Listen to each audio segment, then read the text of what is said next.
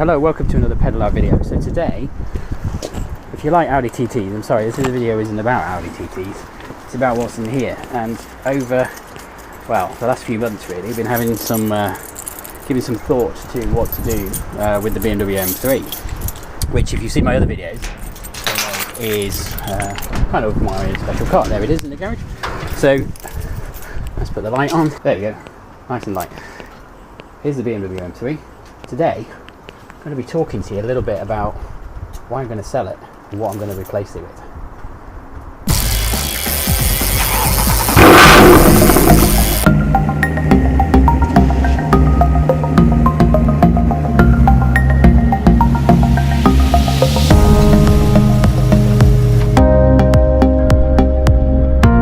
Right, so it is December in the UK and it is very cold and very windy and rainy. It's not a particularly nice time of the year.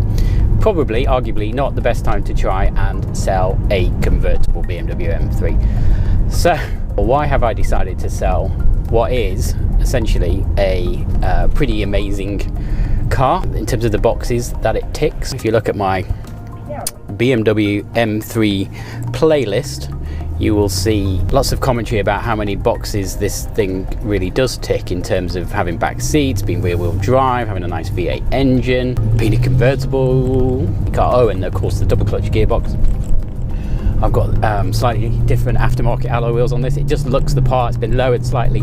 This car is really good and I've looked after it. So you may remember my M3 running costs video. If you haven't seen that, go and check that out. You know how much I've spent continuing to run and maintain and drive and own this car. It's not cheap, so you do have to have pretty deep pockets, I suppose, to own one of these. Why have I decided to sell? So I guess the important thing to mention here is that it's nothing really to do with the car. The car itself is fantastic. It's less about the car and it's more about me, I suppose, and it's that kind of cheesy old adage that people have in relationships where one of the other people say to the other one, it's not you, it's me, it's not the car, it's me. I think I've changed slightly, I guess, in terms of what I want from a car, and I've not gone off the BMW. I kind of have a bit. It's just that I want something else. I want something a bit different, and I was using this car not particularly very much.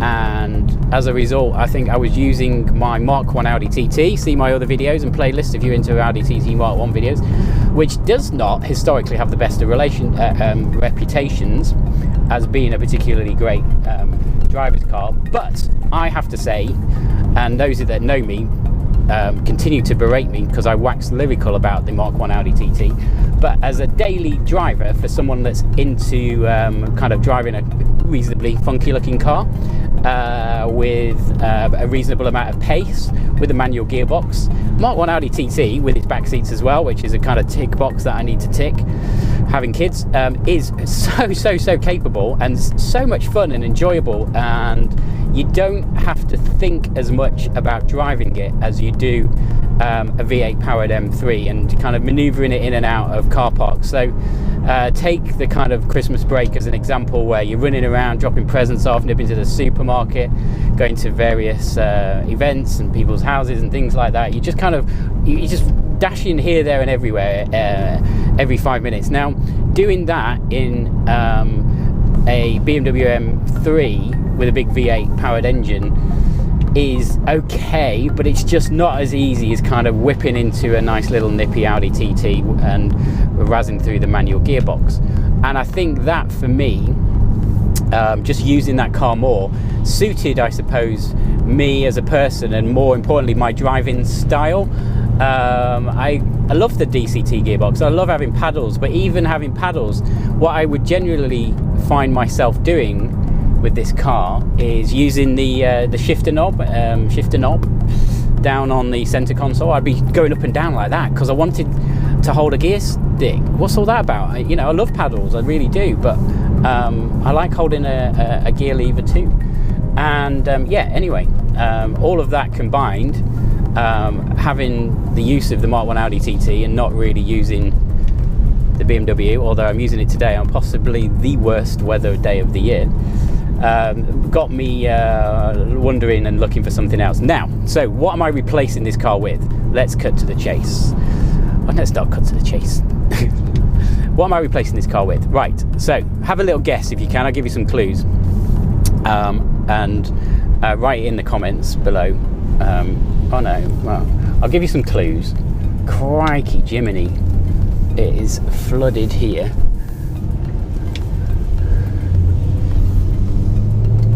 The car I am getting has 4 seats. 4 seats, first of all. So, as I said, requirement for back seats. It is mid-engined. That narrows it down straight away. You kind of into almost 2 cars in the history of the world. If you can name the other one, put it in the comments. That have a mid-engined layout, rear-wheel drive, and back seats. And it also has. It's also British. There you go. It's British. It's got 4 seats. It's got a mid-engine, and it's rear-wheel drive. It's powered. You must have got it by now. By a Camry, Toyota Camry derived 3.5 litre. This one's been supercharged. It's the S version V6. So I'm trading in the V8. I've got rid of the, I've scratched the V8 itch, and I'm going V6. It's a manual gearbox, so I know they do the IPS. If you haven't already guessed, it's a Lotus Evora. Put a picture of one up. There you go. If you don't know what one is, Google it, have a look at it. And one of the things I will say is, first of all, they're very rare, so not everybody knows about them. There aren't that, just didn't build that many. It wasn't a massive success for Lotus, or it isn't a massive success.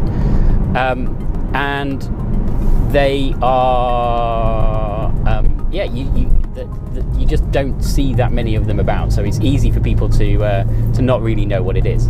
They also, they look fantastic in the flesh. So when you see one on the road, if you do ever see them, they look amazing in my opinion.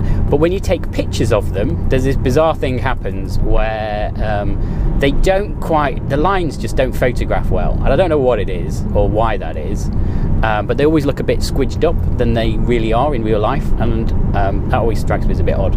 But yeah, as a piece of engineering and a piece of design, I have a massive appreciation for them, and I always have done. And in fact, it was on my shopping list when I bought the BMW M3 a couple of years ago, but I never kind of did it. I more sort of arguably played it a little bit safe with the BMW. But because I've now got the TT as my daily driver and I'm using that, because I'm so into kind of the manual gear shift at the moment, this Lotus Evora kind of was always there as something I was going to do.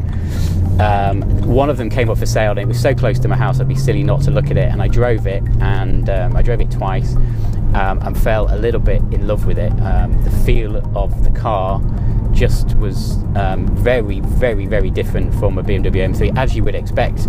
Being a Lotus derived purpose-built kind of ground-up sports car, if you look at Google kind of Lotus Evora's chassis and how they're built, etc., you can just tell that these things, they're driver focused cars, and always were and have been since they were kind of conceived as an idea. So there you go. That was just a little quick update on why I'm selling my BMW M3. I'll put a link to the advert below. It is advertised in all of the usual places: Piston Heads, eBay, and better not do that finger, Auto Trader, for what I think is a pretty competitive price. I'm open to offers. Come around and give me the money. It's a beautiful car that currently at the moment will need a service in the next 6 months or so, but it hasn't done hardly any miles since the last service. It's got Navilla Fox Red leather, it's got the EDC, it's got DCT gearbox, it's got heated seats, it's got the premium sound system, it's a convertible, it's got some beautiful diamond cut 19-inch aftermarket alloy wheels which set the car off an absolute treat. It's had the little bits of chromey areas all kind of gloss blacked out using authentic OEM BMW parts. It's a beautiful looking machine and extremely capable. If I could keep this car, if I was allowed to keep this car, I could keep this car. I'm just not allowed to keep this car. If I could keep this car, if I was allowed to, I would, without question or without hesitation. And I'd probably keep it indefinitely because the thing is fantastic, but I'm not allowed. So my lookout, well, it's not. And potentially new buyers look in. And look, the new buyer gets to know a bit more about its history and look at it on YouTube videos from previous. So yes, thank you for watching this very short but sweet little pedal loud video update on selling a BMW M3 and what it's going to be replaced with. You will no doubt see more videos of assuming everything goes well with the purchase. Maybe I'm speaking too soon. If I put this out and the sale falls through, I'm going to look like a complete and utter idiot. But anyway, let's hope nothing goes wrong, and you will see some Lotus Evora videos soon, and we'll get a nice good close-up look at that and see what it's like living with it on British, pretty much hand-built sports car compared to a BMW M3. All right, thanks for watching. If you like this video, please give it a thumbs up. Don't forget to subscribe and tell us what you think. Write it in the comments. See you again soon. Cheers.